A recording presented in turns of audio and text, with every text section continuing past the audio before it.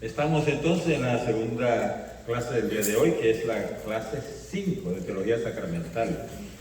Vamos a hablar de los sacramentos de curación, que son dos los sacramentos de curación. Vamos a ver cuáles son. Numeral 1421 nos dice en el Catecismo: el Señor Jesucristo, médico de nuestras almas y de nuestros cuerpos, que perdonó los pecados al paralítico y le devolvió la salud del cuerpo, quiso que su iglesia continuase con la fuerza del Espíritu Santo su obra de curación y de salvación, incluso en sus propios miembros. Entonces hay dos obras, ¿verdad? Que es la de curación que recibimos aquí en esta vida, que es la parte corporal, y la salvación, que es lo que recibimos en nuestra alma. Y fíjense que la palabra sanación y salvación tienen la misma raíz. Salud, ¿verdad? Sanación y salvación tienen la misma raíz. Y las dos confluyen con la raíz de la palabra en hebreo Jesucristo. O sea, Jesús significa Dios nos salva. También podemos decir Dios nos sana. ¿De acuerdo? Eso que significa Jesús. Por eso cuando usted ore, pronuncie ese nombre. Está sobre todo nombre, un nombre poderoso. Muchas veces orando con el Santísimo o en posición de manos, yo nada más digo tres veces Jesús, Jesús, Jesús, para que penetre esa palabra en el corazón de la persona y reciba esa sanación. Esta es la finalidad de dos sacramentos de curación, que son el sacramento de la penitencia y la unción de los enfermos. Estos son los dos sacramentos de curación. Entonces, el sacramento de la penitencia y de reconciliación. Los que se acercan al sacramento de la penitencia obtienen de la misericordia de Dios el perdón de los pecados cometidos contra Él, y al mismo tiempo se reconcilian con la Iglesia, a la que ofendieron con sus pecados. Aquí falta la palabra pecados. Una vez un diácono a mí me decía, no era diácono yo cuando eso, solo predicaba en la renovación, y me dijo que no había pecado en contra de Dios, que todo era en contra del humano, que a Dios nadie le ofendía. Yo dije, ¿qué es eso? Pues claro que a Dios lo ofendemos. Cuando usted busca el decálogo, los 3 primeros mandamientos hablan de los pecados que se cometen contra Dios, y los otros 7 son contra el prójimo, incluido uno mismo, porque los últimos 2 son pecados que dañan el alma propia, el 9 y el 10. Por tanto, sí ofendemos a Dios. Y cuando ofendemos al prójimo, a Dios ofendemos también. Jesús lo dijo, lo que hicieron a estos pequeños, a mí me lo hicieron. Entonces, la Iglesia nos mueve a la conversión con su amor, con su ejemplo, sus oraciones, ¿verdad? Entonces vamos a ver cómo se estipula este sacramento. Tiene varios nombres. Uno de los nombres es sacramento de conversión, porque se realiza sacramentalmente la llamada de Jesús a la conversión, la vuelta al Padre del que el hombre se había alejado por el pecado. Entonces, la manera mejor de hacer que una gente se convierta es invitándolo a la confesión. No discuta. En estos días, o sea, precisamente ayer mi esposa tuvo que ir a un lugar, a una casa que estaban haciendo de mi parroquia, una novena en esa casa. Y la señora estaba aburrida porque cuando comenzaron la novena dijeron, el diácono va a venir. Entonces ella se quedó esperando al diácono y yo no llegaba, ¿verdad? Entonces mi esposa ayer fue para hablar con la señora que estaba aburrida ya con la novena, porque en la novena se tocan temas de espiritualidad. Además que se reza el rosario y la coronilla y se lee la palabra de Dios. Entonces se tocan temas de espiritualidad. Esto es como una especie de pre-evangelización que se hace. Esta gente después se invita a un retiro, cualquier retiro, porque es algo parroquial, se invita a cualquier retiro, sea de la renovación, sea de cualquier otro movimiento, el que haya primero, según la necesidad de la persona. Entonces esta señora estaba aburrida porque los temas, dice, yo me sé todo eso, yo agarré rica y yo todas esas cosas las vi ya, ¿para qué me están hablando de eso otra vez? Entonces mi esposa fue ayer y al final me dijo cuando llegó, la señora lo que necesita es una buena confesión. Y eso es un buen diagnóstico, porque a veces la gente se está discutiendo de cosas doctrinales y lo que necesita es una buena confesión, porque están tan alejados de Dios que se confunden, que la mentira le entra tan fácilmente al que está alejado de Dios, al que está confundido. Entonces lo mejor es estar en gracia. Usted entiende todo. Miren, le cuento que ahora en Cuaresma yo me puse a oír videos que yo había oído antes, de prédicas y eso, y yo dije, y esto estaba en ese video, esto está profundo, y yo lo había oído antes. Pero como uno entra en Cuaresma como un tiempo mayor de intimidad con el Señor, con los ayunos que uno hace, con las penitencias, etc., está más abierto uno a la gracia de Dios y el entendimiento se le abre más. Entonces, cuando usted ve una gente que esté bien bruta, que no entienda nada de las cosas de Dios, mándalo a confesarse, porque ahí va a haber una conversión. Se denomina sacramento de la penitencia porque consagra un proceso personal, eclesial de conversión, de arrepentimiento y de reparación por parte del cristiano pecador. Por eso es penitencia, sacramento de la penitencia, porque ahí entra ese momento de reparar el daño que se ha hecho. También se llama sacramento de la confesión, ese es el término más popular, ¿verdad? Porque usted durante el sacramento tiene que manifestar la confesión de sus pecados, tiene que decirlo en voz alta. Y es un elemento esencial del sacramento. Nuestros hermanos separados dicen que ellos se confiesan directamente con Dios, para saber si Dios lo escucha, ¿no? Porque es con el aire, como dice el Padre Toro, se confiesan en la pata de un árbol, dice él. Y así no es, o sea, Jesucristo fue el que dio la orden. Nosotros no somos quienes para cambiar la forma en como Jesús quiso.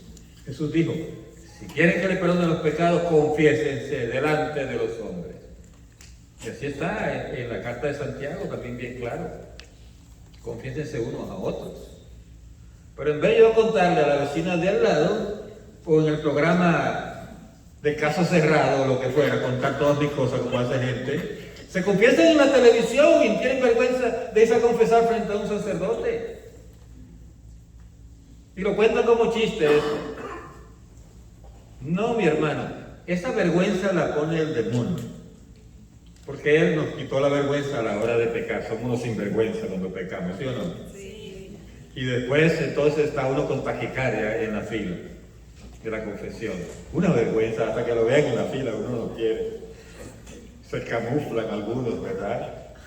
Se ponen el sombrero bajito, así, ponen así, bajito, ¿verdad? Bueno, sacramento de la confesión, hay que confesar, y Dios quiso, dice Hebreos dice esto. La carta a los Hebreos, el capítulo 6, dice bien claro, Dios escogió a alguien que es débil, para que esa persona no se pusiera de necio frente a usted, porque hay sacerdotes a veces que se ponen un poco duros, ¿no? Hijo, pero hablan así hasta como españoles, ¿verdad? Hijo, ¿cómo es posible que haya hecho eso? ¿Cómo ha ofendido al Señor de esa manera? Ahí te va a poner a hacer 10 Ave María y 50,000 Padres Nuestros. Se ponen severos, ¿pero por qué? Porque se olvidan de que ellos también son débiles, que ellos también cometen errores. Entonces, el Señor quiso que fuera gente débil que cometa errores, el que lo representara a Él allí en la confesión, para que esa persona tenga misericordia de usted, pensando en que ellos mismos pueden haber cometido esos mismos pecados. Se le llama sacramento del perdón porque por la absolución sacramental del sacerdote, Dios concede al penitente el perdón y la paz. ¿Y qué paz? Es tremenda la paz que uno tiene después de una confesión. Puede dormir tranquilo. Miren, esto es tan fuerte, el sacramento de la confesión, que es el primer paso para un exorcismo. ¿Entiende eso usted? Cuando ve a una gente que esté endemoniada, que mándala a confesarse primero. Y quizás ahí tenga el remedio. Ahí se le vaya todo. Porque hay veces gente que se han ido de los brujos, etcétera, y de los hechiceros, que han jugado con la Santa Muerte y cuenta de eso, y los demonios lo tienen montado encima. Y si van y cuentan ese pecado y se arrepienten de él, con eso es suficiente. Antes de usted comenzar a revolotearse ahí con esa persona, a echar agua bendita y hacer que se revuelque, a que le tiren la Biblia y la rompan, y rompan los rosarios y estas cosas, no, mándalo a confesar. Y quizás con eso tiene. Es un sacramento fuerte, fuerte. Hasta el punto que muchas veces los que vienen de otras iglesias es lo que más les cuesta.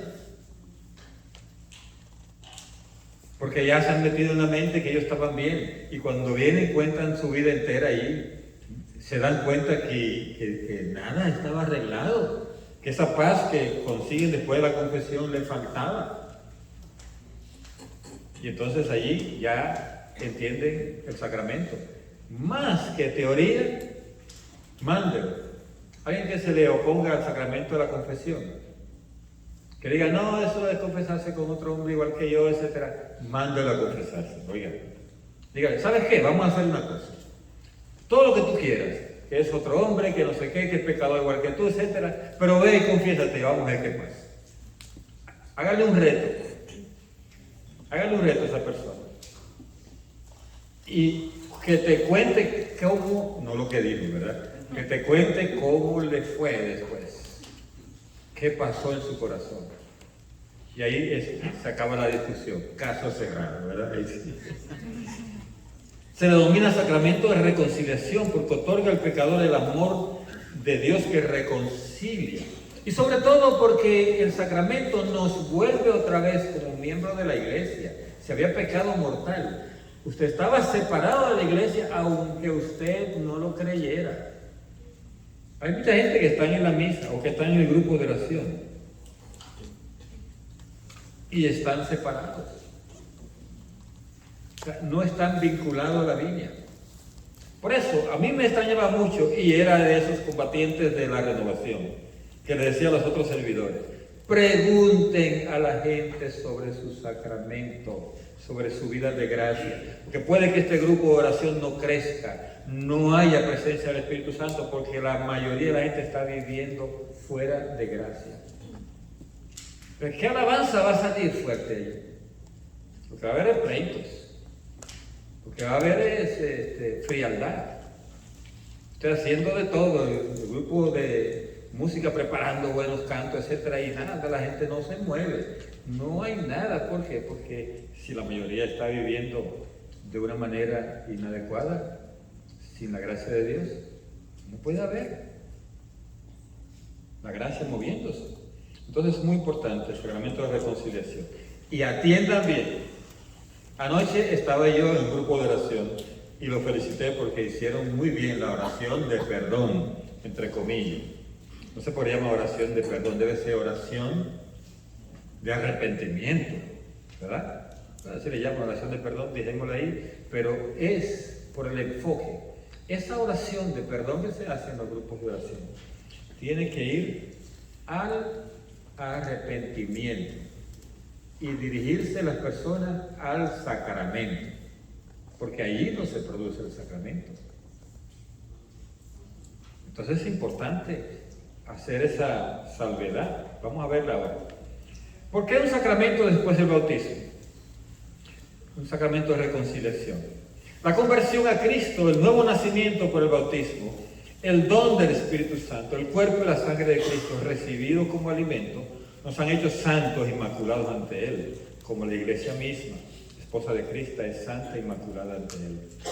Sin embargo, la vida nueva recibida en la iniciación cristiana no suprimió la fragilidad y la debilidad de la naturaleza humana, ni la inclinación al pecado que la tradición llama concupiscencia.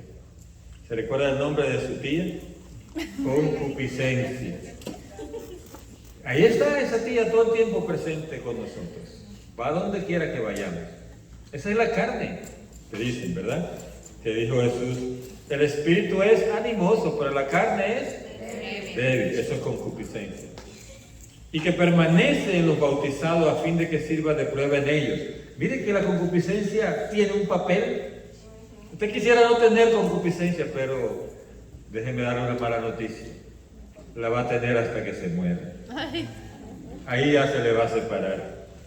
Mientras esté vivo, va a haber concupiscencia en usted. En uno de una forma, en otro de otra forma, pero va a estar presente ahí. Permanece, dicen los bautizados, a fin de que sirva de prueba en ellos en el combate de la vida cristiana, ayudados por la gracia de Dios. ¿Cómo lo dijo San Pablo? Que San Pablo tenía fuerte esa concupiscencia en esos días y dijo aquella frase de que no hago el bien que quiero, sino el mal que no quiero. Y le dije al Señor, quítame esto, Señor, quítame esta espina que tengo, esta clavada en mí. Eso es concupiscencia. Y el Señor, ¿qué le dijo? Te basta mi gracia. Ahí está, la gracia de Dios está trabajando siempre. Usted tiene que pedir esa gracia cuando lleguen esos momentos. No decir, nada, ya yo sé que ya no puedo con esto, pues dele para allá. No. Dele a tu cuerpo alegría, Macarena, no. Nada de eso. Esta lucha es de la conversión con mira a la santidad y la vida eterna a la que el Señor no cesa de llamarnos. El Señor nos sigue llamando a esa conversión. Entonces es una lucha, ¿verdad? Es una lucha. Es un combate, lo vamos a tener siempre. Entonces la conversión de los bautizados viene de la llamada a Cristo, a la conversión, que sigue resonando en la vida de los cristianos. Esta segunda conversión, ¿cuál es la segunda conversión? En la reconciliación. Hay una segunda conversión. Es una tarea ininterrumpida para toda la iglesia que recibe en su propio seno, ¿verdad?, a los pecadores. Cuando te digan que la iglesia católica es una iglesia de pecadores, digo, así la quiso Cristo. Y Él lo dijo, yo no vine a curar a los sanos, sino a los enfermos. Como dijo el Papa Francisco una vez, una frase muy bonita, que él dijo, la iglesia es un campamento de sanación, en medio de una guerra. Aquí vienen los que están heridos, y entonces la iglesia lo sana. Entonces dice, la iglesia siendo santa al mismo tiempo que necesita de purificación constante, busca sin cesar la penitencia y la renovación. La segunda conversión tiene también una dimensión comunitaria. Esto aparece en la llamada del Señor a toda la iglesia, cuando dice arrepiéntete. Sobre todo, ¿verdad?, cuando se inicia la cuaresma, que se dice esto, ¿verdad?, a ponerse la ceniza. Cree en el Evangelio y arrepiéntete, o al revés, arrepiéntete y cree en el Evangelio. La iglesia siempre nos llama al arrepentimiento. Entonces hay una penitencia interior. La llamada de Jesús a la conversión y a la penitencia no mira en primer lugar a las obras exteriores, el saco y la ceniza, los ayunos y las mortificaciones, sino a la conversión del corazón, la penitencia interior, como la lectura de Joel 2 que yo hice ayer en una meditación, que dice, rasguen el corazón, no sus vestiduras, no sus vestiduras. Entonces eso es penitencia interior. Sin ella la obra de penitencia permanece estéril y engañosa. Por el contrario, la conversión interior impulsa la expresión de esta actitud por medio de los signos visibles, gestos y obras de penitencia. Esa es la diferencia. Miren, los judíos son expertos en esos signos, ¿verdad?, externos. Se ponen algo en la frente, se ponen las filatelias estas acá en la vestimenta, hacen una cantidad de cosas, le ponen el chal de oración. Hay una cantidad de signos visibles que ellos usan, ¿verdad? En la iglesia hay varios signos también. Está en este caso la ceniza. ¿Cuál más hay signos visibles de arrepentimiento? Los musulmanes usan también muchos signos de arrepentimiento. Y tienen una alfombra y ahí se inclinan 3 veces al día. Hacen el Ramadán, que dura creo 30 días en el año, creo que por ahí por septiembre en el año, etcétera. O sea que ellos tienen esos signos también. Pero igual los católicos tenemos signos. Pero si no hay un arrepentimiento interior, una penitencia interior, los signos estos se quedan en religiosidad, no en relación con el Señor. Y tiene que haber eso. La penitencia interior es una reorientación radical de toda la vida, un retorno, una conversión a Dios con todo nuestro corazón, una ruptura con el pecado, una adversión del mal, con repugnancia hacia las malas acciones que hemos cometido. Esto me recuerda a mí algo que pasó con San Juan Vianney, que el santo cura de Ars, que alguien va a confesarse y cuenta sus pecados.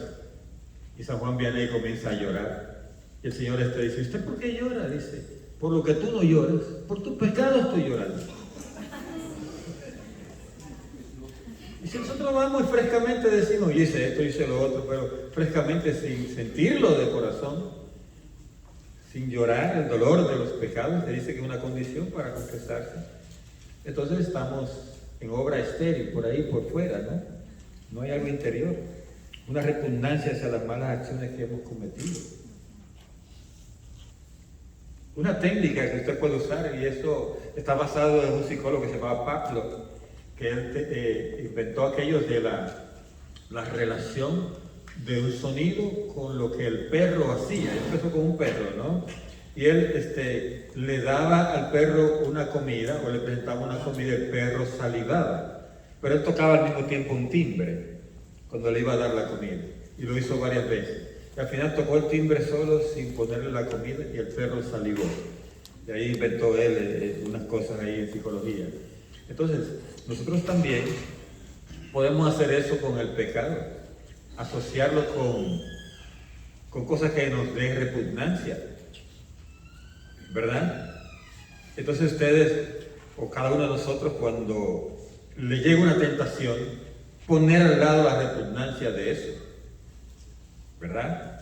Como decía un santo que veía cualquier cosa, decía infierno, infierno, decía de una vez, ¿verdad? Y entonces, ahí iba la repugnancia, ¿no? Entonces, piensa en algo que a usted le disgusta. Cuando llegue a su mente algo que le gusta, que le esté tentando, piense en algo que le disgusta, ¿verdad? Como diciendo, no, me voy a podrir, no, voy a...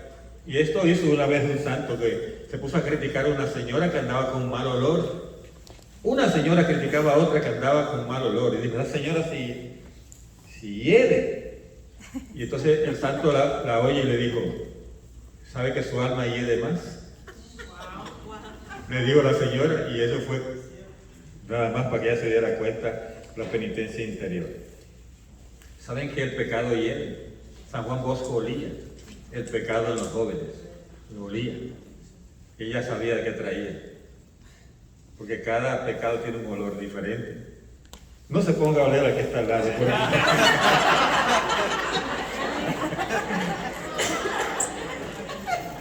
Aquella de este que está al lado, no piense.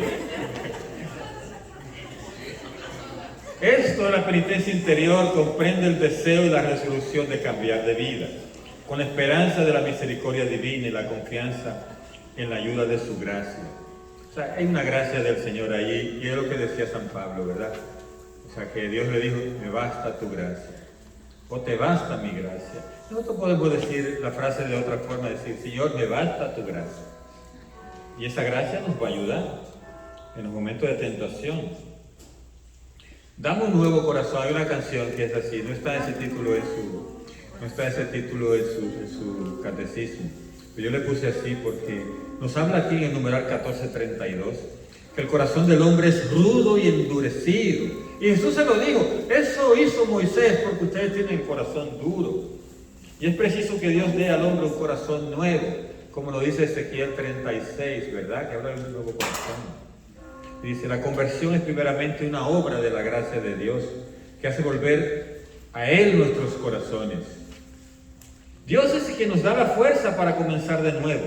Y al descubrir la grandeza del amor de Dios, nuestro corazón se estremece ante el horror y el peso del pecado. Y comienza a temer de ofender a Dios por el pecado y verse separado de Él. Por eso, mucha gente llora cuando se confiesa, o llora durante una prédica. Hay un santo que se convirtió durante una prédica de San Vicente Ferrer. Era un predicador tremendo, le decían el jinete del Apocalipsis, le decían a él, porque predicaba con una fuerza tremenda. Predicaba sobre el fin del mundo, más que nada. Entonces, hubo un santo que era una persona común y corriente, pero se había entregado a Dios de alguna manera y se dedicó a vender libros religiosos.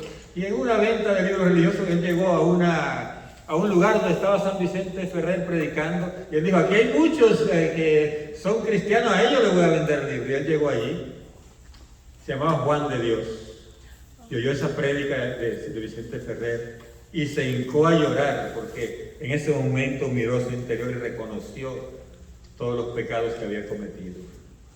Y se convirtió después en el fundador de los primeros centros de atención a los locos, manicomios. Lo fundó una gente de la iglesia, San Juan de Dios. Y él tuvo esa idea porque él, como una penitencia para pagar sus pecados, ¿sabe qué hizo? Se fingía que era loco, andaba por ahí como un loco. Y los muchachos, los niños le voceaban, le tiraban piedra, todo eso, y él lo recibía todo eso como una penitencia. Y ahí le llegó la idea de que los locos son muy maltratados. En las casas lo encerraban, lo ponían cadenas y eso. Y él dijo, tiene que haber un centro donde se le dé atención digna. Y fundó los primeros manicomios, San Juan de Dios. Él fundó una orden religiosa para eso, una orden que atendía a estos loquitos, San Juan de Dios. Porque el corazón humano se convierte mirando al que nuestros pecados traspasaron. Cuando usted mira a Jesucristo. A mí me da pena que a veces los hermanos separados quieren tener cruces sin Cristo. Ellos hablan de que hay que tener la cruz, pero no a Cristo. Y yo digo, pero Dios mío, si eso es lo que el Señor quiere, que lo veamos. Porque está bien claro eso en Isaías 53, que dice, contemplarán al que traspasaron. Entonces, tener una cruz usted en su casa, en su habitación, es un buen hábito, un buen hábito. Porque usted, al mirarlo, se recordará lo que Él hizo por nosotros. No es que nosotros dejemos a Cristo crucificado y que no pensemos en que Él resucitó. Sí, resucitó, pero pasó por esto antes. Y esto es importante. El Espíritu Santo convence al mundo lo referente al pecado y da al corazón del hombre la gracia del arrepentimiento y de la conversión. ¿Dónde sale eso? En Juan 16. Habla de que Él nos convencerá del pecado. Y esto es algo por lo cual yo le planteo a ustedes, y me gustó ayer en el grupo que estaba, que lo estaban haciendo así, que lo primero que hay que hacer en un grupo de oración, después de un poco avivamiento, etcétera, cuando es apropiado, viene la invocación al Espíritu Santo. ¿Por qué? Porque Él se va a encargar de lo que sigue. Primero de convencernos del pecado. Cuando se hace la oración de arrepentimiento, se llaman de perdón, invocamos al Espíritu, ya hemos invocado al Espíritu Santo y le vamos a decir, Espíritu Santo, convéncenos del pecado, convéncenos que le hemos fallado nosotros al Señor y ayúdanos a arrepentirnos de eso. Y ahí ya, tú la tienes hecha la oración. Yo una vez en una oración de esta de perdón, me quedé mirando al que estaba haciendo la oración, porque él decía, Señor, perdóname porque me he hecho un aborto. Y yo, ¿y este cuándo? Y era un hombre. Y eso no es apropiado. O sea, sería, pidámosle perdón al Señor si hemos participado en un aborto, si lo hemos consentido, si lo hemos impulsado. Pero él diciendo que se hizo un aborto, dije yo, ¿y este cuándo, no? Entonces, tenemos que saber qué es lo que se dice, ¿verdad? Diversas formas de penitencia. La penitencia interior del cristiano puede tener expresiones muy variadas. La Escritura y los padres insisten sobre todo en tres formas: el ayuno, la oración y la limosna. ¿Le huele esto a Cuaresma? Claro, que es un tiempo muy bueno de penitencia, por eso se usa el color morado que estamos usando aquí, ¿verdad? Para que nos recordemos de eso. Ayudan también los esfuerzos realizados para reconciliarse con el prójimo. Si tú pides perdón a Dios en el confesionario, tiene que haber consecuencia con el prójimo. Que no es decir, Padre, yo hablé mal de cierta persona. Y para eso Dios te perdona, Dios, Ave María. Pues vaya a pedirle perdón a esa persona también. El Padre no te lo va a decir. Eres tú que tienes que tomar la decisión. Pues tiene que haber reconciliación también con el prójimo. Dice, tiene que haber lágrimas de penitencia. Y pídanselo al Señor. Porque había una señora una vez, Kathleen Kramer, la mamá de una que estaba ahí predicando, de Kimberly Kramer. Ella decía, los grupos ya no son grupos de oración, sino grupos de lloración, decía ella. Porque una lloradera que se ha cogido, parece que hubo un tiempo en que el Señor estaba regalando ese don, que San Ignacio de Loyola llamaba el don de lágrimas. Pídalo. Pide el don de lágrimas en los grupos. Señor, danos el don de lágrimas que lloremos. Baja en el tiempo de Cuaresma, ¿verdad? Pídalo. Que la gente llore sus pecados en el grupo. Es más, se puede hacer un grupo de oración solo penitencial. Usted lo puede hacer con un sacerdote por ahí por la esquina, esperando al primero que gotee, ¿verdad? Al primero que le remuerda la conciencia. Ahí está. Para que no se enfríe antes de llegar a la casa de que tiene que confesar. Entonces hagan eso. Inviten a los sacerdotes de vez en cuando al grupo de oración. En muchos grupos yo he visto eso. Por ejemplo, en San Miguel hacen eso. El sacerdote confesando mientras está el grupo de oración trabajando. Hay un sacerdote ahí en confesión. Porque ahí mandan a la gente ahí mismo. Después de la oración del perdón dice, vayan al confesionario, ahí está el sacerdote. Qué bueno, ¿verdad? Ahí mismo lo atrapan. No dejar que se enfríe. La lectura de la Sagrada Escritura, la oración de la liturgia de las horas. ¿Quiénes hacen la liturgia de las horas? Aquí les hemos estado enseñando, es como enseñando, lo hacemos aquí para que ustedes se acostumbren. Es importante. Dice que la liturgia de las horas, el Padre Nuestro, todo acto sincero de culto o de piedad, reaviva en nosotros el espíritu de conversión y de penitencia y contribuye al perdón de nuestros pecados. Un sacerdote muy ungido que oraba y la gente se sanaba y todo esto. Y una señora va a darle las gracias por todo lo que había hecho durante ese acto litúrgico, ¿verdad?, de sanación. Y el sacerdote lo que le dijo fue, pídele a Dios por mi conversión. Y la señora dijo, ¿cómo? ¿Usted conversión usted? Dice, sí, conversión a mí. Que todos nosotros necesitamos de conversión todos los días hasta que nos morimos. La muerte es la última conversión de nosotros. Que nos convertimos en seres de carne y hueso, en seres espirituales, ¿verdad? Entonces necesitamos conversión todos los días. Así que no crean que el diácono ya le suda agua bendita, ¿no? Conviertan, pidan la conversión del diácono también. Sacramento de la penitencia.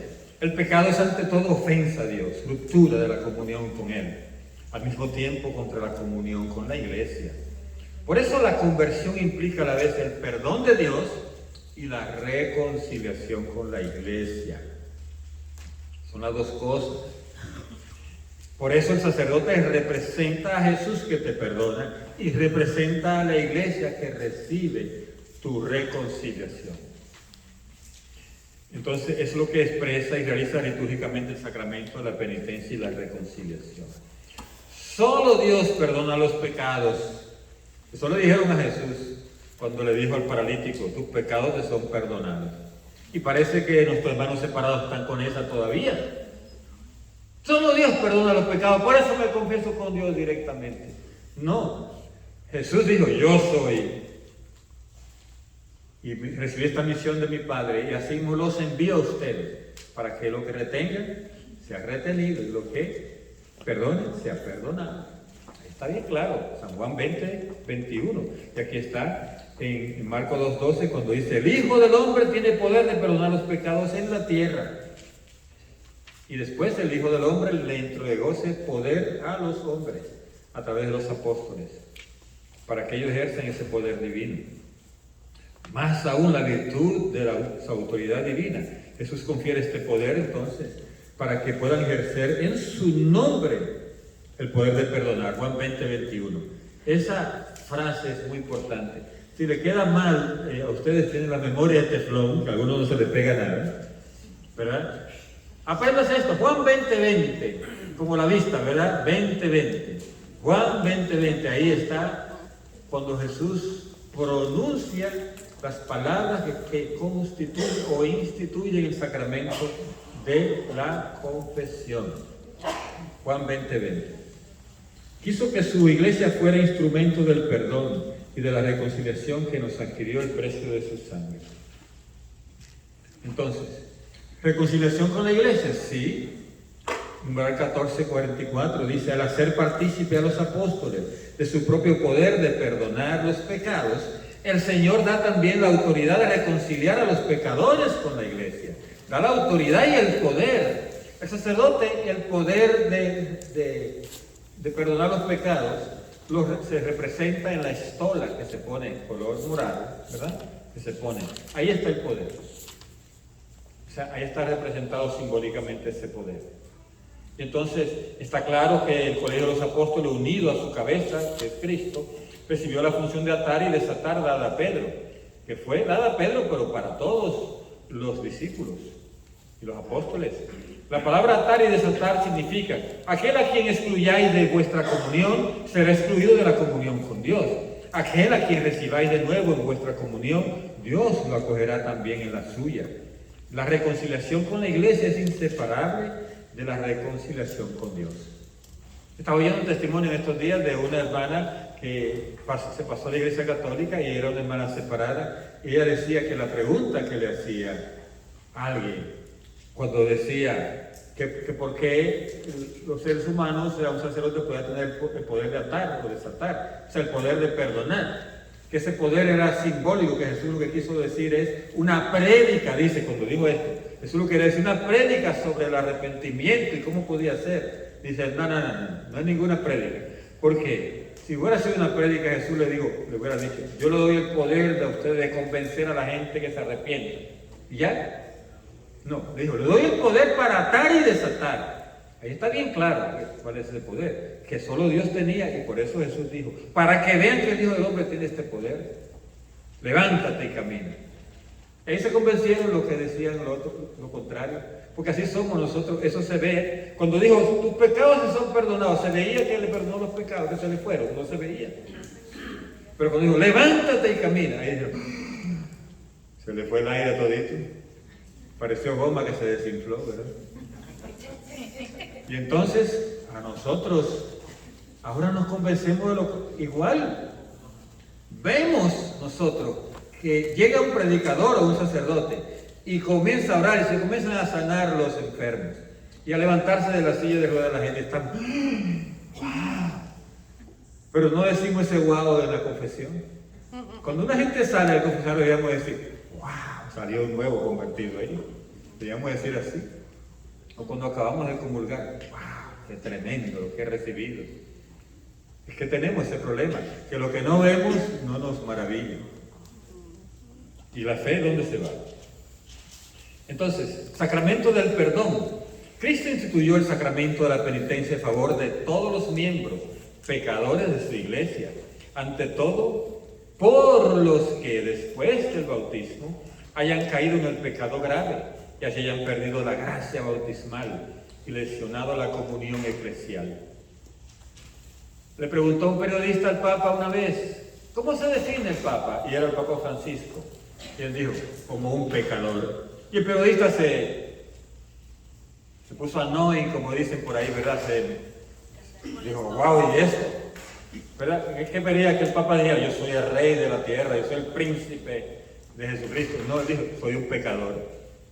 Y es así, todo el mundo se confiesa pecador y tiene que confesarse pecador si es católico. Porque la iglesia nos enseña que tenemos que hacerlo. Y es lo primero que hacemos en la misa. Por mi culpa, por mi gran culpa. Y todavía se dan algunos más duros y le dan al que está al lado algunos. Por la culpa de mi esposa, dice, o de mi suegra que está de este lado. Porque tenemos que reconocernos pecadores. Entonces dice, el sacramento de la penitencia ofrece esa posibilidad de convertirse y de recuperar la gracia de la justificación, que la perdemos con el pecado mortal. La estructura del sacramento comprende dos elementos igualmente esenciales. Por una parte, el penitente trae la contrición. O sea, todo el que está en un confesionario de la fila es un penitente. Y tiene que traer el acto de contrición, o sea, la acción de arrepentirse de lo que ha cometido. Después viene el siguiente paso, que es la confesión de los pecados. Hay gente que hacen lista y la llevan allí y la leen. Pero eso sería uno que comienza, ¿verdad? Que hace tiempo no se confiesa, haga su lista. ¿verdad? Una vez alguien que yo conozco, y no digo nombre, va con una listota así grande, ¿verdad? Confesarse con el sacerdote, y el sacerdote se molestó, le dijo, ¿usted me va a leer esa lista entera? No tengo tiempo para eso. Qué pena, ¿no? Ese sacerdote que dijera así. Esa persona se molestó y ya no se quiso confesar con él, sino con otros. Porque ningún sacerdote puede hacer eso. Tiene que acoger al penitente con lo que venga.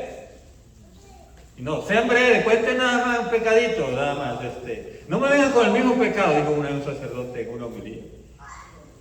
O sea, como que él invitaba a la gente a pecar de otra forma, ¿verdad? Que sean más creativos, ¿verdad?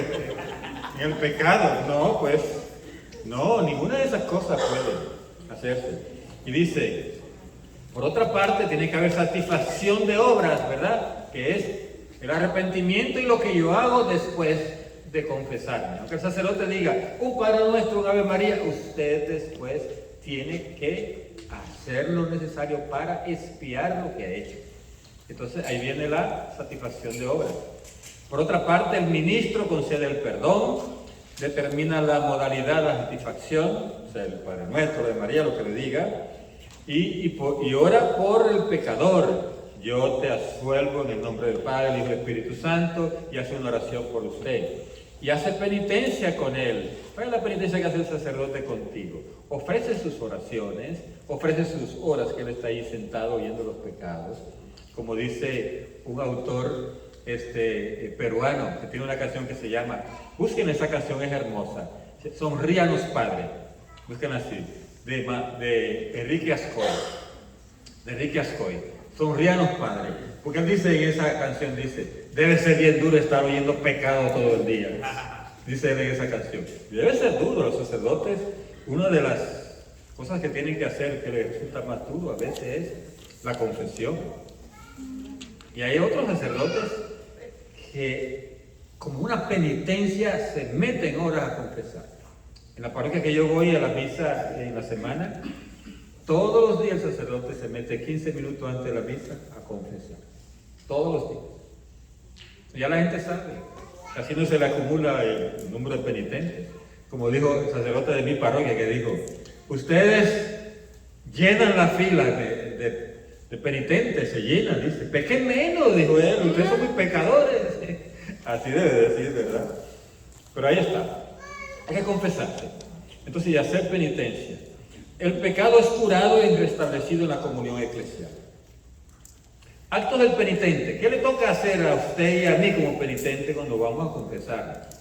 La penitencia mueve al pecador a sufrir todo voluntariamente. En su corazón debe haber contrición. En la boca, confesión. En la obra, toda humildad y fructífera satisfacción.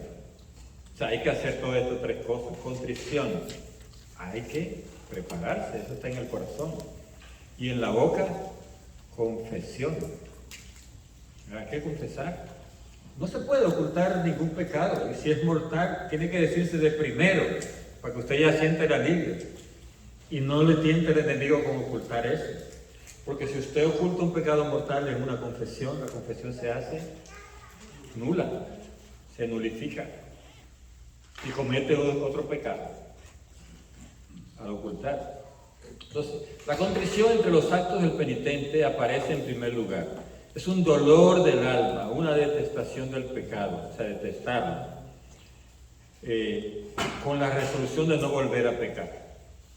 Cuando brota del amor de Dios amado sobre todas las cosas, la contrición se llama contrición perfecta. Aquí hay contrición perfecta, que contrición de caridad, de amor a Dios. Semejante contrición perdona las faltas veniales.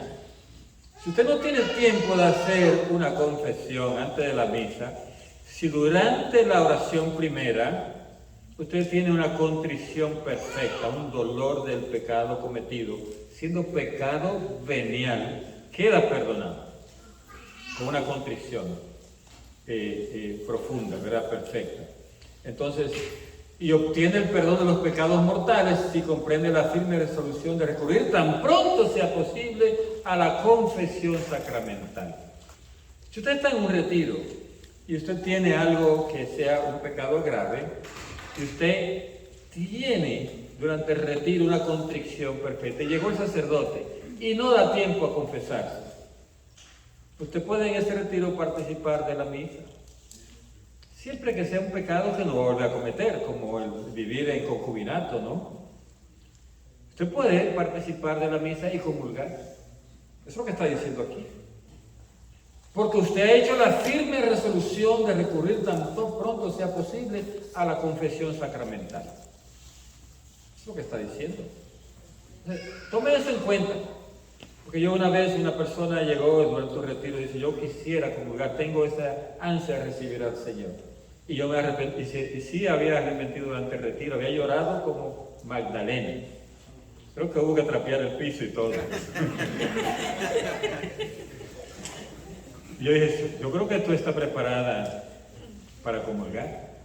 Y acuérdate que saliendo de aquí, vas y participa en la confesión sacramental. Y esto se lo dice a la gente cuando hay una indulgencia plenaria en algún lugar, ¿verdad? Usted va a un lugar que hay indulgencia plenaria, dice confesión antes, durante la visita al lugar, tenga indulgencia plenaria, o después. O sea que la confesión cubre, porque hay un arrepentimiento. Contrición imperfecta o atrición. ¿Y la otra cómo se llamaba? Contrición perfecta. Contrición perfecta. Y esta contrición imperfecta. Y esta se le da otro nombre que se llama atrición. Y es la contrición llamada imperfecta, y es también un don de Dios, un impulso del Espíritu Santo. Y nace de la consideración de la fealdad del pecado o del temor de la condenación eterna y de las demás penas con que es amenazado el pecador. Como decía Santa Teresa, dice, no me mueve Dios para quererte el cielo que me tiene prometido, ni tampoco el infierno tan temido, para dejar por eso de quererte. Entonces, cuando usted por temor al infierno, por temor a vivir separado de Dios, usted se arrepiente, eso se llama atrición, porque no es perfecta, pero es buena también. No es perfecta, pero es buena. Tal conmoción de la conciencia puede ser el comienzo de una evolución interior que culmina bajo la acción de la gracia en la absolución sacramental. O sea, comenzó ahí, pero usted se va a ir al sacramento, ¿verdad? Esta atrición, sin embargo, por sí misma, esta contrición imperfecta no alcanza el perdón de los pecados graves, pero dispone a obtenerlo en el sacramento de la penitencia. ¿Y cómo usted establece la diferencia? Porque en aquella era por amor a Dios y esta es por temor al infierno. Entonces esa es la diferencia. Conviene preparar la recepción de ese sacramento mediante un examen de conciencia hecho a la luz de la palabra de Dios. Cuando hay gente que leen apariciones y cosas y mensajes que dio la Virgen y cosas por el estilo, que dice que el mundo se va a acabar pronto y cosas de esa, gente que están allí por paquetes recibiendo la confesión. Alguien preguntó en estos días, ¿sabían ustedes cuántas personas van a ir a la conversión, a recibir los sacramentos de iniciación este año en esta arquidiócesis de Atlanta? 3.442 convertidos de otra fe o de ateísmo, de lo que fuera, a la Iglesia Católica. 3.442. Y alguien que pusieron este comentario en X, lo puso alguien, y una persona decía ahí que preguntaba que por qué era esto. Yo contesté para mí, no para ellos, yo no pongo nada en las redes, a menos que sea una cosa que sea directamente a mí. Entonces, la idea es la siguiente: la gente está percibiendo que algo viene. Hay demasiada gente pasándose de las iglesias protestantes a la iglesia católica. Demasiada. Hay prácticamente una especie de... Está viral el asunto. Busquen los testimonios, ahí están. Y son testimonios recientes. Casi, eso pasó desde la pandemia para acá, está eso. ¿De acuerdo? Musulmanes, judíos convirtiéndose al cristianismo. Eso está pero como cosa grande. Entonces, lo que estamos adentro ni nos enteramos. Y sale uno una vez dando un testimonio diciendo, esto se lo doy para los católicos que están sentados ahí, que no aprecian lo que tienen. Y eso nos pasa a nosotros. Nos andamos peleando por ahí con los otros compañeros, en vez de apreciar lo que tenemos. Entonces, conviene preparar la recepción del sacramento mediante un examen de conciencia hecho a la luz de la palabra de Dios. Entonces, dice que sin embargo, por sí misma la contrición imperfecta no alcanza el perdón de los pecados graves. A eso lo habíamos leído, ¿verdad? Muy bien. Vamos ahora a la confesión de los pecados. ¿Cómo se hace?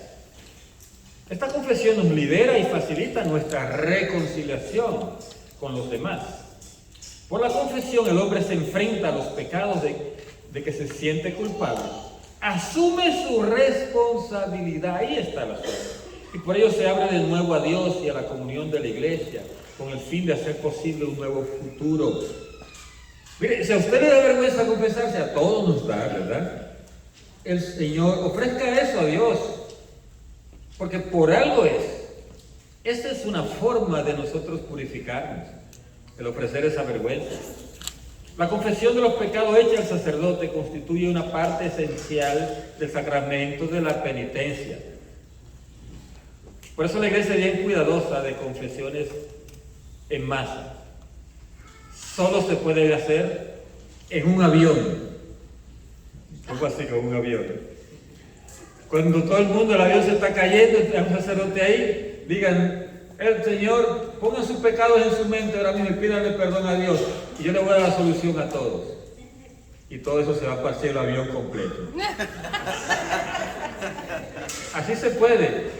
Y si hay una catástrofe de una bomba atómica, lo que fuera, y ahí está el sacerdote, se está cayendo la iglesia, ¿verdad? Hay una anécdota un poco cómica de un sacerdote que la gente comienza a temblar la tierra y todos se van para la iglesia, y la iglesia era la única de piedra allí, ¿verdad? Y entonces el sacerdote ve a todos los penitentes allí y le dice, recemos un Padre Nuestro, como un Padre Nuestro está en el cielo, Ave María, Ave María. Entonces el sacerdote ve una tabla que se está desprendiendo y dice, ¡la tabla! Y entonces todo el mundo, 2 por 2, 4, 2 por 3. Los nervios, ¿verdad?, lo ponían a ellos a hacer de todo lo que se les ocurriera. La tabla. Entonces es esencial, ¿verdad?, la confesión. Cuando los fieles de Cristo se esfuerzan por confesar todos los pecados que recuerdan, no se puede dudar que está presentando ante la misericordia divina para su perdón todos los pecados que han cometido. El escrupuloso que dice, ay, se me olvidó decir tal cosa. Pero si no era un pecado grave, si era un pecado venial, ya quedó perdonado en la solución. ¿De acuerdo?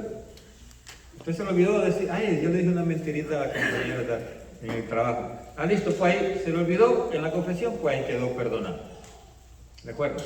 Los graves sí, no se le pueden olvidar, ahí tienen que volver otra vez para atrás. Y yo no creo que a uno que haya cometido un pecado grave se le pueda olvidar, eso le está ahí remordiendo en la conciencia. La confesión habitual de los pecados veniales ayuda a formar la conciencia. Si usted tiene pecados veniales, vaya como quiera a confesarse, aunque sea perdonado durante la misa con la oración, porque le va a ayudar a luchar contra las malas inclinaciones, lo va a fortalecer, lo va a curar y va a progresar en la vida espiritual. Está supuesto a que cada vez va usted progresando cuando recibe la confesión. ¿Y cuál es la periodicidad de la confesión? En realidad la iglesia pone una vez al año. Eso es lo que pone la iglesia como mandamiento. Pero usted, si lo hace, va a ser un cristiano mínimo. Es tipo bonsai, ¿verdad? Que va a crecer poquito. Muy cute, ¿verdad? Muy cute el bonsai. Pero usted va a ser un cristiano cute, bonsai. Bien lindo, ¿verdad? Pero no crece. Entonces, para ser un cristiano que crece, lo mejor es una vez por mes. Si usted sirve, si es servidor, mucho, con más razón.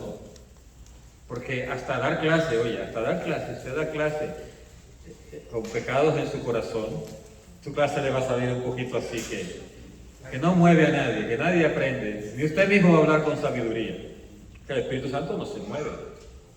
Satisfacción, ¿qué consiste esto? Muchos pecados causan daño al prójimo y es preciso hacer lo posible para repararlo. La simple justicia exige esto. Pero además el pecado hiere y debilita al pecador mismo, así como sus relaciones con Dios y con el prójimo. La absolución quita el pecado, pero no remedia los desórdenes que el pecado causó. Liberado del pecado, el pecador debe todavía recobrar la plena salud espiritual. Por lo tanto, debe hacer algo más que reparar sus pecados. Debe satisfacer de manera apropiada o expiar. Satisfacer y expiar es lo mismo. También propiciación. La palabra propiciación es lo mismo. Por eso en esa oración de la coronilla que dice, como propiciación de nuestros pecados. Usted puede decir como expiación de nuestros pecados. Esta satisfacción se llama penitencia. La penitencia que el confesor impone debe tener en cuenta la situación personal y penitente. Pero ¿qué pasa a los confesores, los sacerdotes? Para no vulgar mucho y no ocupar mucho tiempo con usted, rápido te dice que es un Padre Nuestro, Ave María, lo que fuera, una cuartilla de rosario, etcétera, una estación, cosas sencillas, ¿verdad? Que ellos pueden decir. Antes tenían un libro ahí, tenían que estar viendo y decirte tal cosa, tal otra. La iglesia le quitó esa complicación a los sacerdotes y nos la complicó a nosotros. Porque usted tiene que revisar qué hizo y en qué debe dar satisfacción. Si robó, tiene que devolver lo que te robaste. Si mentiste, tiene que decirle a quien le mentiste, perdóname. Si chismeaste en contra de alguien, tienes que hablar bien de esa persona. ¿Verdad? Si no fuiste al grupo de oración por varias semanas y eso es pecado mortal, para algunos, ¿verdad? Entonces usted tiene que ir más veces ahora, o ir a varios grupos, ¿verdad? De pronto, ¿no? O sea, usted tiene que ponerse su propia satisfacción. Entonces debe corresponder, dice, a la gravedad y la naturaleza de los pecados cometidos. Ministro de este sacramento. ¿Quién ministra el sacramento? Los sacerdotes y los obispos. Presbíteros significa sacerdotes. Entonces son los que ministran este sacramento. En virtud del sacramento del orden. Tienen el poder de perdonar todos los pecados en el nombre del Padre, del Hijo y del Espíritu Santo. No es el nombre de ellos, es el nombre de la Santísima Trinidad. Ciertos pecados particularmente graves están sancionados con la excomunión. Significa excomunión, que la persona no puede ir a recibir la Eucaristía, ni puede estar en ninguna actividad eclesiástica. La pena eclesiástica más severa impide la recepción de los sacramentos y el ejercicio de ciertos actos eclesiásticos. En caso de peligro de muerte, todo sacerdote, aunque el que carece de la facultad de oír confesiones, puede absolver de cualquier pecado y de toda excomunión. Atiendan a esto, porque usted, por ejemplo, aquí viene a visitar a esta arquidiócesis, un sacerdote. Usted le dice, Padre, confiéseme. ¿Sabe qué? El sacerdote no puede hacerlo si no tiene la facultad dada por el obispo de aquí. ¿Entiendes? Él solo te puede confesar en caso de emergencia. Ejemplo, que lo lleven ese sacerdote a un hospital en el que se esté muriendo. La persona diga, necesito confesión, y es el que está ahí al frente, él lo puede hacer. Pero no de una manera regular, necesita que el sacerdote, que el obispo le dé el permiso, lo que llaman ¿qué? La facultad para hacerlo aquí. ¿Recuerdan? Esto es importante porque la gente anda paseando con sacerdotes por ahí, y haciendo misa y haciendo cosas con ellos. Ahora, si usted va a una peregrinación con un sacerdote, él va a otro lugar, va con el grupo, él puede ejercer esa función va a la peregrinación, porque es como si la iglesia de aquí se fuera con él. ¿De acuerdo? Se fuera con él. Entonces, el confesor no es dueño, sino servidor del perdón de Dios. El ministro de este sacramento debe unirse a la intención y a la caridad de Cristo. O sea, tiene que ser caritativo. El padre Pío una vez le negó la absolución a una señora, pero es porque ella decía que tenía un amante que era casado. Y entonces el sacerdote le dijo, pues, el padre Pío le dijo, pues déjalo. Ah, es que yo lo amo. Siempre esa, ¿verdad? El hombre que yo amo. Por ahí va, con la canción fue ella, y él le dijo, pues, te vas a condenar y vete, yo no te puedo dar la solución, y la botó del confesionario. Y ahí se ve en la película del Padre Pío una escena muy linda, ella se va a un bosque a llorar toda la noche. El día siguiente viene Y había gente en la fila y el Padre Pío le dijo que la dejaran pasar del primero. Y le dijo, ¿ya te arrepentiste? ¿Ya lo vas a dejar? Sí, Padre. Le dio la solución.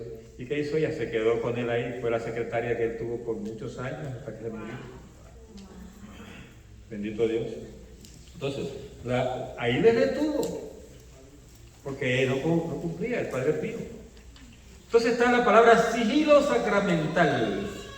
No es el nombre de un general, el general Sigilo. No, hay una anécdota de eso. Dice, dada la delicadeza y la grandeza de este ministerio y el respeto debido a las personas, la Iglesia declara que todo sacerdote que oye confesiones está obligado a guardar en secreto absoluto todos los pecados que sus penitentes le han confesado bajo penas muy severas. O sea, el sacerdote sería penado y hasta quitado las facultades si se descubre que está dando a conocer lo que le confesaron a él dentro del ritual de la confesión, de la reconciliación. Muy importante. Por eso en California que querían poner que los sacerdotes podían usar lo que le decía a alguien que haya tocado o maltratado a un niño, ¿verdad? Que ha sido abuso infantil, que ellos estaban obligados a decírselo a la corte o reportarlo. Y se peleó eso y al final esa ley no se pudo implementar en California, querían eso. O sea, es una violación de esto, el sigilo sacramental. La Iglesia se puso fuerte en eso. Tampoco puede hacer uso de los conocimientos que la confesión le da sobre la vida de los penitentes. No puede salir en una homilía diciendo, bueno, aquí en esta parroquia hay mucha gente que pisan mal, ¿verdad? Como pasó en aquella situación de sacerdote, que la gente en el pueblo que llegó el nuevo, la gente decía, di un tropezón. O sea, di un tropezón, decía todo el mundo. Tropecé, Padre. Y todo era cuando era el pecado de adulterio o de fornicación, tropecé. Y el Padre dijo, pero ¿y aquí qué pasa? Las calles están tan mal construidas que todo el mundo tropieza. Hasta que llegó el alcalde y dijo, yo di un tropezón también, Padre. Digo, no ande tropezando, arregle las calles usted. Entonces dijo, le explicó qué era y el sacerdote dijo, pues ahora entiendo, ¿verdad? Entonces, él no puede usar eso en una homilía. ¿Por qué? Porque esto es parte del secreto sacramental, que no admite excepción, se llama sigilo sacramental, porque lo que el penitente ha manifestado al sacerdote queda sellado por el sacramento. Lo que se dice desde que dice, Padre, confiéseme por qué he pecado, ahí comienza la confesión. Ahora si usted va y se sienta y está en dirección espiritual, le dice algo al sacerdote, en dirección espiritual, hay también otro sigilo por decir, ¿verdad? Que no es sacramental, pero está el profesional, porque los psicólogos y los psiquiatras y los consejeros están obligados también en algo parecido a esto. O sea, el secreto profesional, ¿de acuerdo? Entonces, en los sacramentales todavía es más fuerte. Los efectos de este sacramento, que va terminando. Toda la virtud de la penitencia reside en que nos restituye la gracia de Dios y nos une con Él con profunda amistad. El fin y el efecto de este sacramento son pues la reconciliación con Dios. Este es el efecto mejor, reconciliarnos con Dios. Produce una verdadera resurrección espiritual, una restitución de la dignidad y de los bienes de la vida de los hijos de Dios. Es el más precioso de todos, la amistad con Dios. O sea, nos da una amistad con Dios bella el sacramento. Si no, experimenten ustedes. Dice Scott Hens, que fue un pastor protestante convertido al catolicismo. Él dijo que su esposa se daba cuenta cuando él hacía rato que no se confesaba. Y se lo decía, tú hace rato no te confiesas, ¿verdad? Dice él. Es verdad, sí, ¿por qué lo dice? Dice, porque anda más agrio, ¿verdad? Y posiblemente si usted anda agrio, dice, analice a ver si no se ha confesado, porque su amistad con Dios está un poquito allí trunchada, ¿verdad? Y por eso anda más agrio. Este sacramento reconcilia con la iglesia al penitente también. El pecado menoscaba, rompe la comunión fraterna. El sacramento de la penitencia repara o restaura esto. En este sentido, no cura solamente al que se integra en la comunión eclesial, sino también tiene un efecto vivificante sobre la vida de la iglesia que ha sufrido el pecado de uno de sus miembros. Hay un predicador colombiano, se llama Marino Restrepo, que él cuenta un caso muy interesante de un invitado a una parroquia, a un grupo de oración, y a dar unas pláticas, y él dice que él se perdió en el camino, él sentía como una influencia negativa para ir al grupo, a ese lugar que le invitaron, pero como quiera fue. Y cuando llegó, el Señor le mostró a la última fila del grupo de oración había una señora, y el Señor le dijo, esa señora es la que sostiene este grupo de oración. ¿Y sabe por qué era? Porque todos los que estaban ahí en esa parroquia buscaban tai chi, reiki, estaban metidos en cantidad de cosas, pecados de todo tipo. Entonces el grupo se hizo hasta que era frío todo lo que se hacía allí, porque la gente toda estaba envuelta en diferentes cosas, estaba viviendo una vida fuera de la gracia de Dios. Entonces él notó que por esa señora se sostenía ese grupo. Y era la señora que nadie ni sabía ni el nombre y nadie ni siquiera le ponía caso. Entonces, puede pasar eso en nuestros grupos de oración, que si la gente anda lejos de la gracia de Dios, lejos de la amistad de Dios, no se mueve el Espíritu. Por eso hay que husmear, hay que pedirle a don Bosco que interceda por nosotros para que nos dé el don de oler los pecados. Y decirle a la gente, aquí está, esto huele a azufre aquí, así que hay que ir rápido al confesionario acá. Indulgencias. Ustedes creen que la iglesia peleó, ¿verdad?, en la Edad Media y por eso Martín Lutero se separó de la iglesia, peleando en contra de esto de las indulgencias, porque se abusó.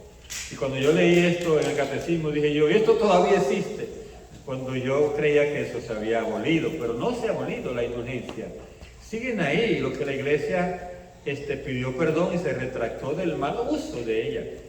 Y inclusive simplificó, de manera que hoy no se habla de días de perdón, ni de horas de perdón, como se hablaba antes, sino que se habla de indulgencia plenaria e indulgencia parcial. Y esto está ligado al sacramento de la confesión. Dice, la doctrina y la práctica de la indulgencia en la iglesia están estrechamente ligadas a los efectos del sacramento de la penitencia. La indulgencia es la remisión ante Dios de la pena temporal por los pecados ya perdonados. En cuanto a la culpa, que un fiel dispuesto y cumpliendo determinadas condiciones consigue y aplica con autoridad el tesoro de las satisfacciones de Cristo y de los santos. Voy a explicar eso en cristiano. Miren, hay gente que dice cuando ora la oración de Fátima, que dice, oh Jesús mío, perdona nuestros pecados. Y hay gente que dice, perdona nuestras culpas y pecados. Y eso es erróneo, eso no fue lo que la Virgen dijo que hicieran. Es perdona nuestros pecados. Punto. Las culpas las tiene que expiar uno, no perdonar. ¿Por qué? Porque uno tiene que pagar por lo que hizo aquí. Eso se llama culpa temporal, ¿verdad? O sea, y entonces esa culpa, ¿cómo se paga? Se la paga, como decía antes, satisfaciendo y ayudando. Usted vino a este país y le cogió prestado a alguien allá en su país para pagarle al coyote y usted más nunca le mandó ni un centavo a aquellos que le prestaron y se le desapareció, lo sacó de sus redes. Usted es culpable de un robo. Le cogió prestado y no pagó. Entonces, después quiere pagar, se arrepiente de eso y no se entera que la persona murió. Pues pague de otra manera. Pague a los familiares. O páguele a alguien pobre de su país. Distribuya eso que usted debe en varias personas que necesitan, aquí o allá. Y con eso usted hace una satisfacción. Pero no deje nada, porque todo lo que usted deja pendiente se le va a cobrar hasta el final, hasta el último centavo, dijo Jesús. Hay que ponerse bien claro con eso. Esa es la culpa. Hay que pagar la culpa, hay que expiar. Entonces, eso es lo que la indulgencia ayuda. ¿Cómo ayuda? Que si usted va a un santuario donde hay indulgencia plenaria, cuando usted hace lo que ahí indica, usted recibe una remisión de eso. O sea, se le quita. Porque Cristo ya hizo una expiación en la cruz, pero esa expiación necesita aplicársele a usted. Y se le aplica a través de eso, de lo que llaman indulgencia. Entonces, eso es lo que está diciendo aquí. La indulgencia es parcial o plenaria, según libere de la pena temporal debida por los pecados en parte o totalmente. Si es en parte es parcial y si es totalmente es plenaria. ¿Y saben qué tiene indulgencia plenaria? Una hora frente al Santísimo, con la palabra de Dios esté leyendo. Tiene indulgencia plenaria. Hacer un rosario después de una Santa Misa que usted ha comulgado ya y hace un rosario. Entonces, la misa más el rosario de indulgencia plenaria. Y hay muchas que usted puede indagar por ahí, ¿verdad? Cómo se puede obtener, y en el tiempo de Cuaresma ir al Via Crucis, tiene indulgencia parcial. Y ir al Via Crucis en vivo también, aunque hay gente que se la pasa tirando fotos y no se enteran de la indulgencia, ¿verdad? Entonces, no. Todo fiel puede lucrar. Lucrar quiere decir aplicarse a sí mismo, o por los difuntos, a manera de sufragio, ¿verdad? La indulgencia es tanto parcial como plenaria. Usted, cuando recibe una indulgencia, puede aplicársela a usted mismo o a algún difunto, ¿verdad? No se aplica, a usted no se le puede aplicar al primo, al hijo, al esposo, ni nada, no, así no. Ellos tienen que hacer lo suyo también. Usted lo que puede pedir que le llegue la gracia, ¿verdad?, para arrepentirse de ellos también. Entonces, ¿el sacramento quién celebra? ¿Cómo se celebra? Primero un saludo, el sacerdote lo saluda. Ave María Purísima, te dice, y usted dice, sin pecado concebida. Hay un converso, ¿verdad?, a la Iglesia Católica, un pastor protestante, que antes de convertirse él quiso experimentar el sacramento de la confesión, y él se lo estudió todo. Pero lo que él leyó no decía eso de Ave María Purísima, el saludo. Cuando el padre le dijo, Ave María Purísima, él decía, amén. El padre otra vez, Ave María Purísima, amén. Él decía, ¿y qué es lo que se dice aquí? Yo lo que decía era amén. Y el padre dijo, hijos, ¿cuánto tiempo hace que no te confieso? Dice, ¿sabe por qué, padre? Yo soy pastor protestante y vine a confesarme. Entonces ya el padre le acogió y le explicó qué es lo que tenía que hacer. ¿Un pastor protestante se puede confesar? Sí. El sacerdote le puede recibir porque ya tiene el bautismo, que es válido para la Iglesia Católica. Una persona que no haya recibido, ¿no?, que esté viviendo, digamos, por ahí rehurtado, no se haya casado por la Iglesia, ¿se puede confesar? No. Pero si está en el hospital y lo van a operar, ¿se puede confesar? Sí. Porque es parte del sacramento de unción de los enfermos que vamos a hablar. Entonces, ve que hay circunstancias en las que sí se puede. Entonces, la celebración comunitaria de la reconciliación. Bueno, entonces dice, viene esta parte del saludo, ¿verdad? Después viene la bendición del sacerdote. Después viene la lectura de la palabra de Dios. No se lee esto, no se hace en las confesiones que se hace frecuentemente, sino que el sacerdote pronuncia alguna palabra de la Biblia. Entonces, para iluminar la conciencia. Y lo hace hasta quizás después de usted confesar sus pecados. Alguna vez se lo hace. Hay sacerdotes que son especialistas en esto y qué bello lo hacen. Te dicen, como dice Jesús en su palabra, tal cosa, tal cosa, tal cosa. Y eso ayuda a la contrición. Entonces después viene la exhortación al arrepentimiento y la confesión, que reconoce los pecados.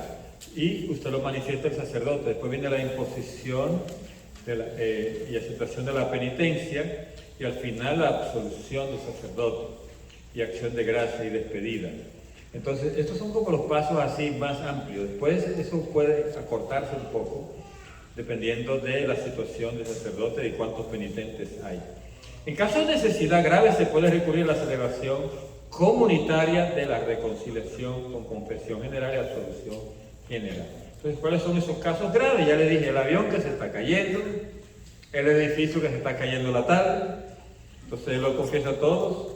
Entonces dice, los fieles deben tener para la validez de la solución el propósito de confesarse individualmente de sus pecados graves a su debido tiempo, después que pasó el evento, ¿verdad? Porque te dieron la solución porque había una situación grave, pero después vaya la confesión. Entonces ya terminamos con eso de la confesión, pero yo no veo movimiento de almuerzo, o que es que no hay almuerzo.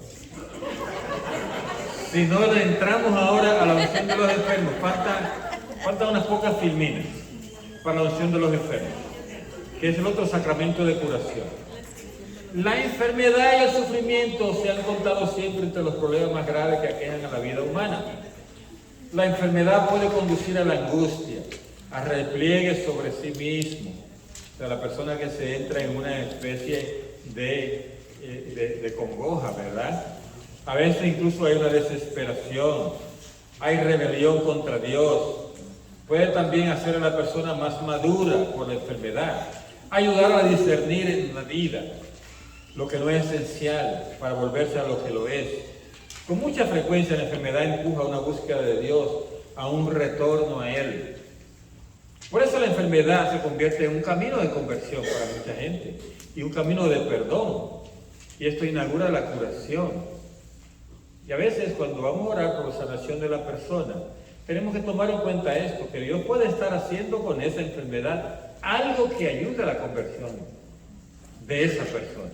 Tenemos que discernir para no estar prometiendo sanación, sino lo que Dios quiere para la persona. Bueno, eso es bien peligroso. El sufrimiento puede tener también un sentido redentor de los pecados de los demás. Por eso lo unimos. Cristo es el médico. La compasión de Cristo hacia los enfermos y sus numerosas curaciones de dolientes de toda clase son un signo maravilloso de que Dios ha visitado a su pueblo y de que el reino de Dios está muy cerca. Jesús no tiene solamente poder para curar, sino también de perdonar los pecados. Y vino a curar al hombre entero, alma y cuerpo. Es el médico que los enfermos necesitan. Y entonces, Jesús pide a los enfermos a menudo que crean. Los enfermos tratan de tocarlo, pues salía de él una fuerza que los curaba a todos. Así, en los sacramentos, Cristo continúa tocándonos para sanarnos. No curó a todos los enfermos, eso hay que saberlo. Las curaciones eran signos de la venida del reino de Dios. Entonces, en su pasión y muerte en la cruz, Cristo dio un sentido nuevo al sufrimiento. Entonces, desde esto, Jesús nos configura con Él y nos une a su pasión redentora. Entonces, hay que ofrecer el sufrimiento. El sufrimiento se puede ofrecer y unirlo al sacrificio de Cristo en la cruz. Entonces, hay dos cosas. Cuando hay un sufrimiento o una enfermedad, podemos presentarle a la persona las dos opciones. Pedir la sanación o podemos ofrecer el sufrimiento. ¿Verdad? Entonces, hay que ver, ¿verdad?, lo que la gente necesita hacer, porque no es obligatorio, ¿verdad? O sea, no se le obliga a la persona a eso, sino es una opción que tenemos y podemos ofrecer. Hay una santa que creo que es Santa Margarita María de Alacoque, que estaba sufriendo una enfermedad. Por 35 años estuvo sufriendo esa enfermedad, pero al principio de ella le pidió al Señor que la sanara. El Señor se le apareció y le dijo: ¿qué prefieres? ¿Un día en el purgatorio o 35 años de enfermedad? Ella dijo: no, un día en el purgatorio. Pues claro, ella lo vio fácil, ¿no? Y el Señor permitió que su alma fuera al purgatorio por un día para que ella viera, antes de decidirse, ¿no? Entonces ella, cuando ya había pasado una hora, estaba que no aguantaba y le dijo: Señor, ¿qué pasó? Señor, ya pasó más de un día, te olvidaste de mí. Dice el Señor: no, solamente ha pasado una hora. Entonces, era algo fuerte. Y ella dijo: no, pues entonces 35 años. Y el Señor la devolvió y pasó 35 años en cama. Y lo fuerte de esto era que ella tenía el poder de sanar, tenía el don de sanación. Iba gente a la cama de ella, se arrodillaba ahí al frente, ella oraba y se sanaba. Y ella seguía enferma, porque ella ofreció ese sufrimiento. ¿Entiendes? O sea, que ahí estaban las dos opciones. Entonces nosotros, el Señor nos dijo: sanen a los enfermos, ¿verdad? Sanen a los enfermos. Y es una tarea que el Señor nos ha dado. Entonces, lo podemos hacer, dice, mediante los cuidados que le damos a los enfermos, como por la oración de intercesión con los que podemos acompañarlos a ellos. Entonces, hay un carisma, ¿verdad?, que sabemos que el Espíritu Santo tiene, dice el numeral 1508, que es un carisma de curación. Y ahí se manifiesta la gracia, esa fuerza del resucitado. Sin embargo, ni siquiera las oraciones más fervorosas obtienen la curación de todas las enfermedades. ¿Por qué? Porque el Señor así lo quiere y tenemos que entender cuál es su voluntad. Entonces Jesús mandó a sanar, dijo: sí, en mi nombre encontrar las manos y los enfermos se sanarán. Pero tenemos que saber cuál es la voluntad de Dios. Y siempre tenemos que poner por delante eso. Si es la voluntad de Dios, Señor, si es tu voluntad, sana a esta persona. Y por ahí seguimos la oración. ¿Hay un sacramento de los enfermos? Sí. Y dice que la Iglesia Apostólica tuvo ese rito desde el inicio en favor de los enfermos. Y en Santiago 5:14 dice esto, ¿verdad? Que si alguno está enfermo o triste, que llamen a los presbíteros de la Iglesia, ¿verdad? Y la tradición ha reconocido en este rito uno de los sacramentos de la Iglesia, uno de los 7 sacramentos. Y la Iglesia cree y confiesa, ¿verdad?, que este sacramento existe y está destinado a reconfortar a los atribulados de enfermedad. En la tradición litúrgica vamos a ver desde la antigüedad testimonio de unciones de enfermos practicadas con aceite bendito. En el transcurso de los siglos, la unción de los enfermos fue conferida cada vez más exclusivamente a los que estaban a punto de morir. Por eso se le cambió el nombre o se le llamaba, ¿verdad?, extrema unción. O sea, la unción de los enfermos al principio, después se cambió a extrema unción. Y eso causó un daño grande, ¿sabían ustedes? Porque a veces nos está muriendo un familiar y no queremos llamar al sacerdote. Porque si el sacerdote llegó es que se está muriendo ya. Y la persona se va a afligir más rápido y se va a contorsionar y a morirse más rápido. Eso la gente cree. Sin embargo, el sacramento de unción de los enfermos puede sanar. Hay gente que se han levantado de una enfermedad incurable. Entonces, eso se llamó extrema unción. Ya se le cambió y se llama unción de los enfermos. Un sacerdote un día lo invitaron a darle la unción de los enfermos a alguien que se estaba muriendo. ¿Y sabe qué dijo el sacerdote? Era muy cómico él, pero ese no era el momento de hacer el chiste. Él llegó donde que se estaba ahí casi muriendo y dice, con que agonizando, le dijo él. Ese fue el saludo, oye, qué cruel, ¿verdad? Con que agonizando, Cuando me dijeron eso yo moría de risa, pero es algo fuerte. Entonces, las personas peleaban con los sacerdotes para que no le untara nada. Como que si le untaban aceite se iba a morir ahí mismo. En la unción de los enfermos no es un sacramento solo para aquellos que están a punto de morir. Eso lo vemos hoy. Se considera tiempo oportuno para recibirlo cuando el fiel empieza a estar en peligro de muerte por enfermedad o vejez.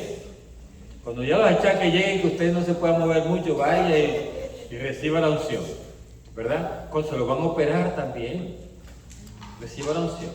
Si un enfermo que recibió la unción recupera la salud, puede, en caso de nueva enfermedad grave, recibir de nuevo el sacramento.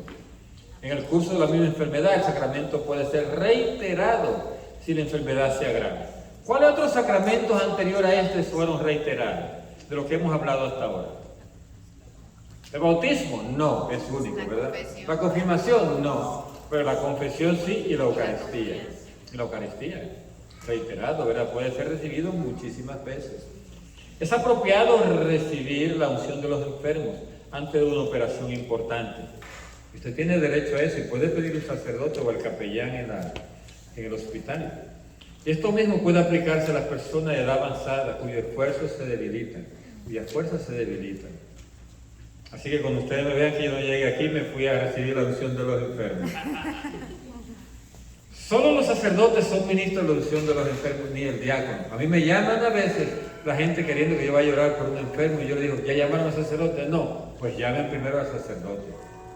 Que es más importante la unción de los enfermos que yo vaya allí a hacer un simulacro de sanación.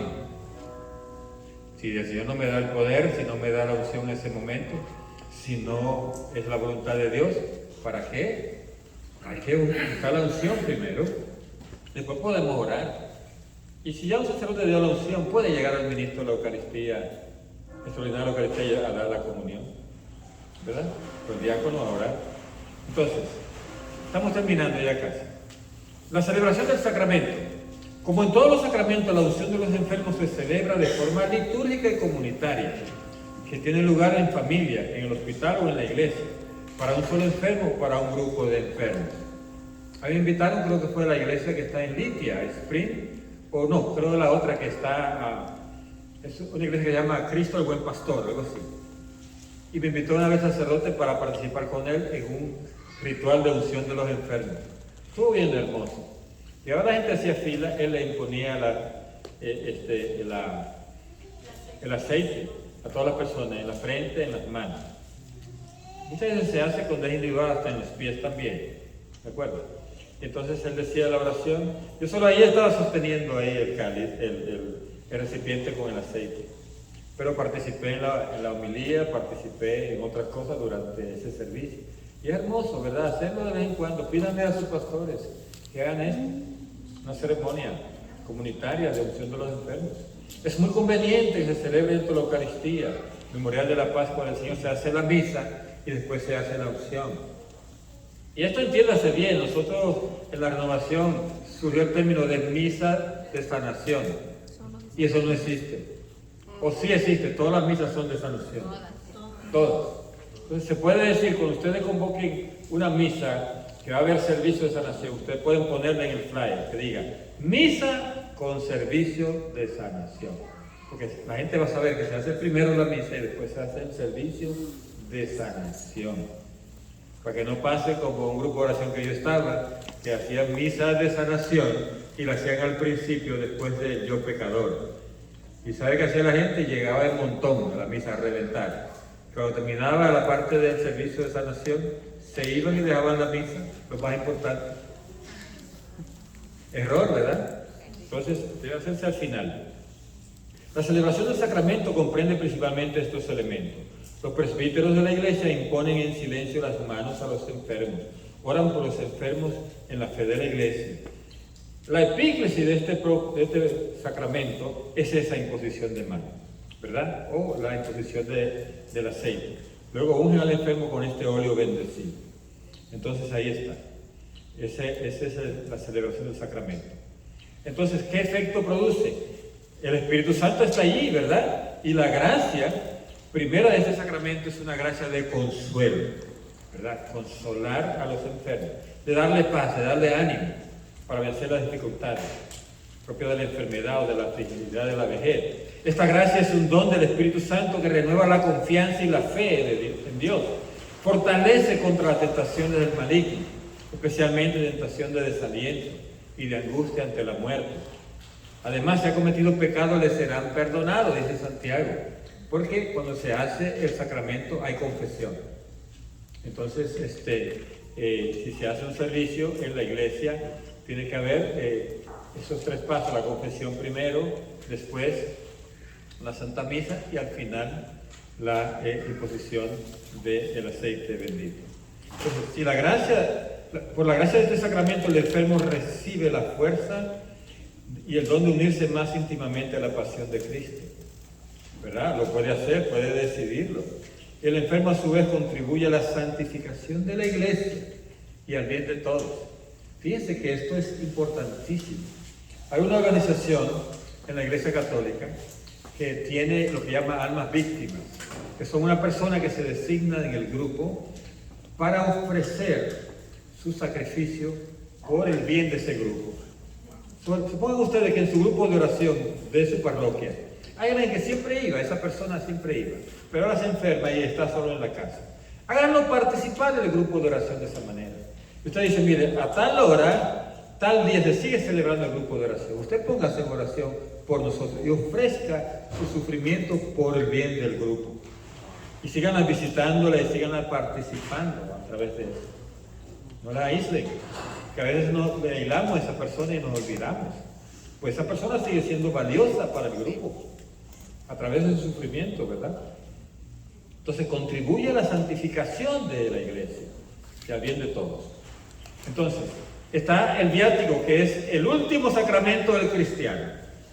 El obispo llegó a una comunidad y le pregunta a los niños que le están preparando para los sacramentos, le dice, a ver, ¿cuántos sacramentos hay? Y para un niño dice, ¿ya no hay? Dice, ¿cómo que no hay? Dice, no, los últimos se los dieron a mi abuelita. Porque antes le decían así a la unción de los enfermos, los últimos sacramentos. Entonces el niño dijo, ya no hay, se lo dieron a mi abuelita y ya se lo llevó. La unción de los enfermos acaba por conformarnos con la muerte y resurrección de Cristo, como el bautismo había comenzado a hacerlo. Esta última unción ofrece al término de nuestra vida terrena un escudo para defenderse en los últimos combates y entrar en la casa del Padre. ¿Saben ustedes que mucha gente cuando están agonizando, que están pataleando y eso, ¿saben qué es lo que está pasando? El demonio lo está combatiendo, haciéndole creer que se van a ir al infierno y que él viene a buscarlos para llevárselo al infierno.